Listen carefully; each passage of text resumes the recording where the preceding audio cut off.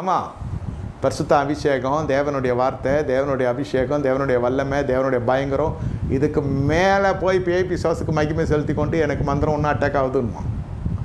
அவன் பண்ணிட்டான், இவன் பண்ணிட்டான், இவன் பண்ணிட்டான். அதெல்லாம் முதல்ல பண்ணால் அவன் கர்த்தரை உடச்சாரு. அதில் தான் நீ ரட்சிக்கப்பட்டு விசுவாசியானே.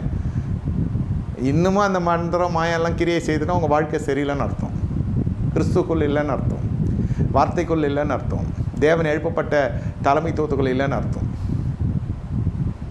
இன்னும் விசுவாசி டான்ஸ் ஆடுறீங்க, நீங்கள் ஜெபம் பண்ணாக்கானா உங்களுக்கு பார்த்த சரியில்லை, நடைகள் சரியில்லை, உங்கள் நடத்தை சரியில்லைன்னு சொல்ல, உங்கள் நடைகள் சரியில்லைன்னு சொல்கிறோம்.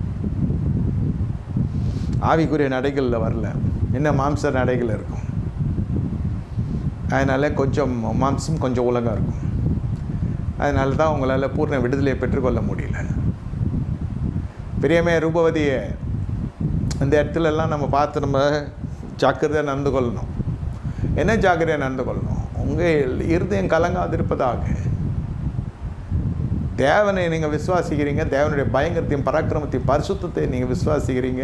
அந்த பரிசுத்தம் எனக்குள் இருக்க வேண்டும். தேவனை எதை செய்ய வேண்டாம் என்று சொன்னாலும் அது செய்யாமல் இருக்கிறேன்னா, இன்னும் செய்யலை நாளைக்கு செய்வேனா, அந்த நிச்சயம் எப்படி வருகிறது என்று கேட்டால், நீங்கள் பிரித்தெடுக்கப்பட்ட ஜீவியத்தில் நீங்கள் பண்ணுகிற அந்த உடன்படிக்கை அல்லது பிரதிஷ்டை, அந்த பிரதிஷ்டையிலே உறுதியாக நிற்கணும்.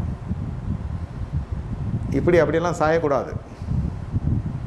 அந்த பிரதிஷ்டையில் எவ்வளோ உறுதியாக இருக்கிறீங்களோ அப்பொழுது கர்த்தரங்களோடு இருக்கிறாருன்னு அர்த்தம். பிரதிஷ்டன் வழியே நீங்கள் கர்த்தரை நோக்கி பார்க்குறீங்க. அப்போ அந்த தேவ சமூகத்தை கொடுப்பது தேவனுடைய வேலை. இழந்த தேவனுடைய அபிஷேகம், இழந்த தேவனுடைய சமூகத்தை தேடுகிற தேவ ஜனமே, இது தீர்க்க தரிசனம் உங்கள் இடத்துல வருகிறது. பிரதிஷ்டையை சரி பண்ணிக்கொள், சீர்தூக்கிப்பார். எதிலிருந்து கர்த்தர் விடுவித்தார், அதுக்குள்ளே மறுபடியும் போய் விட்டாயா, மறுபடியும் வா. கிருபையின் காலம். Don't make it too late. It will be then too late for you to get back to the Lord's path. ரொம்ப கஷ்டமாயிடும். அப்புறம் திரும்பி வர முடியாத திசைக்கு போயிடுவீங்க. ஜனங்களை பார்த்து அவ்வளோ ஆசை ஒரு பக்கம், இன்னொரு பக்கம் ஜனங்களை பார்த்து அவ்வளோ வெறுப்பு இன்னொரு பக்கம். ஏதோ அவங்களுடைய செய்கை உங்களுக்கு பிடிக்கல.